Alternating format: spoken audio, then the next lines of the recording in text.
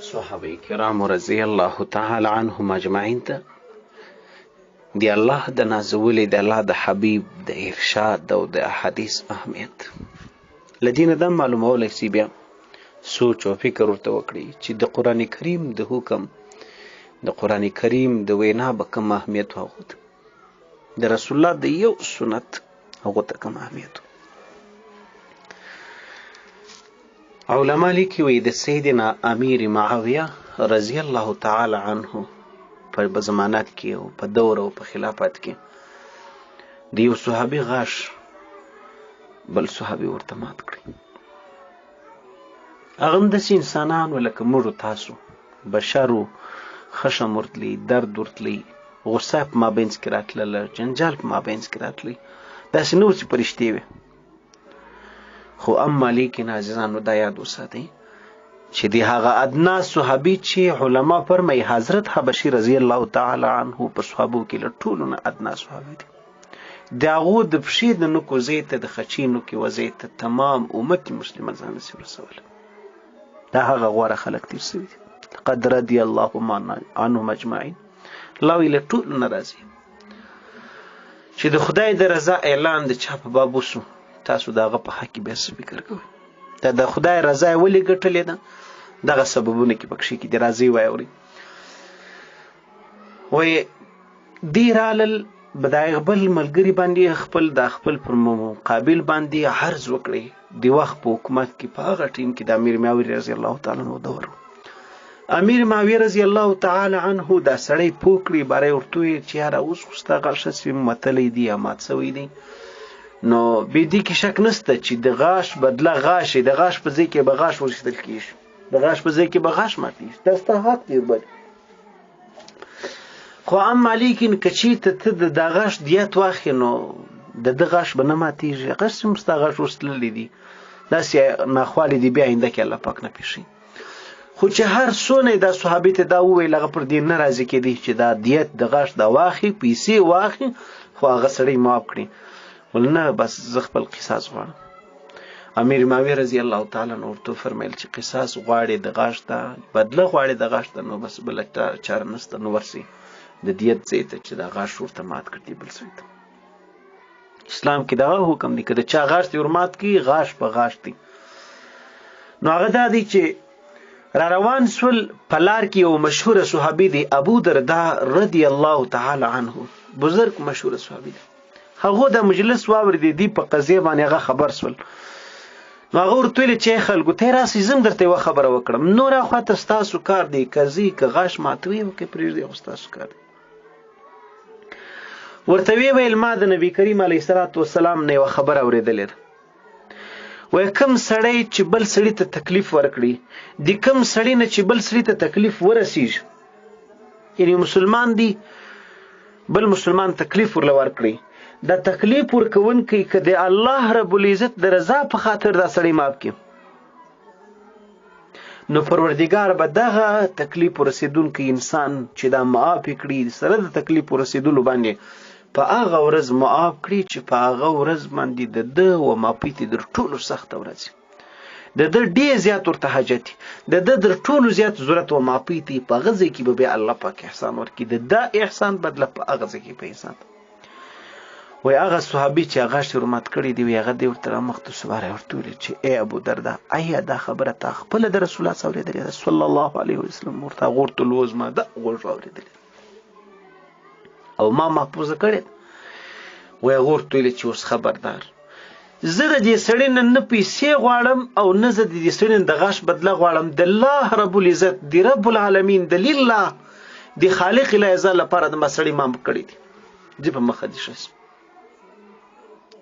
هغه سړی چې هغه 15 منټه او 10 منټه او نیمه غنټه مخکې په پیسو هم ناراضي کېدی په هیڅ یوه لاره ناراضي کېدی معافي ته د سره تیار نه و د نبي کریم علیه السلام د یو ارشاد اورېدلو سره د هغه حال کم هلته بدل شو. او موږ نو دا خو نو سنت دی نو سنت نو څه معنی صغرا او کبرا سره وجنګي نتیجه زنا او بس ندن څه معنی دا خو دا معنی چې یعنی خاشه پرې واچو افسوس یو صحابي د حبشي اوسېدونکی و، د نبی کریم علیه السلام په اصحاب صفو کې و. اصحاب صفو هغه یو څو طالبان غوندې صحابه کرام چې دلته کورونه نه ول، دلته به د رسول الله مبارک سره په مسجد کې اوسېدل. په دې کسانو کې یو سړی د حبشي اوسېدونکی و، ویښتان یې ویچلي ول، پیچلي ویښتان. د ده دا ډېر زیات کوشش و. صحابه د نبی کریم علیه السلام په نقشه داسې ځان کړی و چې یو څوک برالی نابلده پیژندل به نه چې څوک دی په تاسو کې د الله نازولی. بیا به پوښتنه وکړه، ځکه د ټولو چې اوس به رسېدي هغه رقم یو رقم جامه، یو رقم ځان به د نبی کریم علیه السلام په شکل کړی. دا صحابي دی، د دې ویښتان نبی کریم علیه السلام په لار کې په خپل سر کې دی لاره ایستلې، یو نیم ویښتان یوې خواته، نیم ویښتان بلې خواته. د دې ویښتان خو ویچلي دي، سر یې لارې نه کیستل کېدل. علماو لیکلي دي یو ځل ناست دي اور بلي یا اوبه تودي یا دیګ په خیار څه، نو هغه د اوسپنې په هغه ټیم کې سور تشکیر دي، دا په دا اور باندې چخي دا اور سره په برابر دا تک سور سوی دي. سوچ وکړي چې دا سر مې ولې نه سمیږي د رسول الله مبارک د سر په باب. وایي راولاړ سو هغه سور تشکیر یې پر دا سر ونیوي، داسې په دې سر کې راتېر کړي.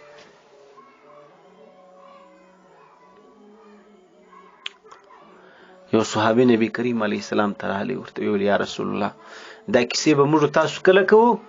زموږ ستاسو په مینو محبت کې کمزوري ده، چې مینو محبت دې راسي څنګه به مسلمان د پردي په شکل ځان کوي. نو هغه ورته راغلی، عبارت یا رسول الله. هغه ژړل، په لار کې د رسول الله ولاړ دی او ژاړي. نبی کریم علیه السلام ورته ویل ای ثوبانه ته ولې ژاړې؟ ول یا رسول الله یوه خبره مې په زړه کې راګرځېدله صلی الله علیه وسلم. کومه؟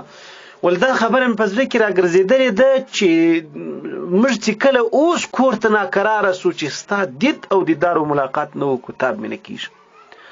خو اوس مې دا خبره په زړه کې راګرځېدلې ده، که موږ هغې دنیا ته ولاړلو زموږ به مقام درته کم وي، که موږ یو پله الله رب العزت په خپل فضل سره جنتیان کړي، نو هم به مقام له تا نه کم وي. بیا په هغه ځای کې به ستا ملاقات موږ ته نصیب کېږي که نه؟ دومره مینه او محبت چې الله پاک جل شانه یې د عرش معلا څخه جواب کوي. هغه کسان الله پاک فرمایي وي چې د هغو د الله او د الله د رسول سره مینه او محبت، فاولئک مع الذین فاولئک مع څنګه آیت قرآن کریم دی، مع النبیین والصدیقین والشهداء وحسن اولئک رفیقا. فاولئک مع الذین، الله وی دا به د هغه کسانو سره چا سره عزیزان. یو صحابي و، نو هغه صحابي چې هغه ولې جبرئیل امین په خوب کې لیدلی و، او بیا چې ویل چې ځان یې روښولی و، هغه صحابي چې کله خبر سو چې نبی کریم علیه السلام له دنیا نه رحلت وکړي، وی هغه خواست الله ته وکړي چې یا الله ای باداره، ای خالقه، ای پروردګانه، دا سترګې زه بیا نه غواړم چې زه بیا بل څوک پې ووینم، ما سار د رسول الله دیدار پکړی دی. وی په هغه ځای باندې ړوند سو، نور یې ټوله زندګي د ړندتیا ده تېره کړې ده. یو صحابي دی، یو به خپل بچي ته ویل بچی یې غورتویا، وایي نبي کریم علیه السلام په لاس کې نه یا تاکۍ چې سړی غورځوي، د کوچنیانو د مردکو په شان، وایي دا ډبرې دا رقم مه غورځوه، نبي کریم علیه السلام منع یې کړې ده، ځکه په دې کې فایده نشته، نه دشمن پې ګرځي، نه ښکار پې زده کېږي، هېڅ هم نه پکې وابسیات. چکه و کرمبوټ ځوانانو تاسو د یوه خبره واورئ بس. نو هغه ورته وایي چې ما خو دا درته وویل نه، مثال دا د نبي کریم علیه السلام منع یې کړې ده. وایي هغه لږ ساعت کې نه بعد خامخا انسان دی پام یې اوښتی دی، بیا یې ډبره وغورځوله. وایي ما وایي صحابي ورته ویل چې ای بچیه، ما مخکې درته ویل چې د دې څه نه نبي کریم علیه السلام منع کړې ده، او تا خبره په غوږ ونه نیول. ځه زه ستا سره بیا آینده لپاره خبرې نه کوم، د نبی کریم علیه السلام خبره ده او تا په غوږ ونه نیول. نن پلار خپل بچی ویي هله ګټ هله دنیا، دوه شی په انسان کې چې انسان عمر زیاتیږي، دوه شی ځوانیږي، یو د اوږد امید، یو د مال محبت. سپین ږیرو کې د ځوانانو ډېرې داسې خوشي چې څه درته.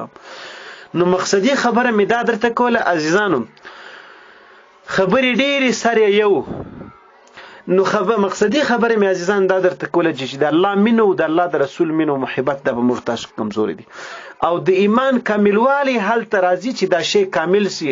الله رب العزت به له هر چا نه موږ ته تیري، د هغه نه وروسته د الله رسول به در مور در پلار تر ځان تر ټولې دنیا موږ ته تیري.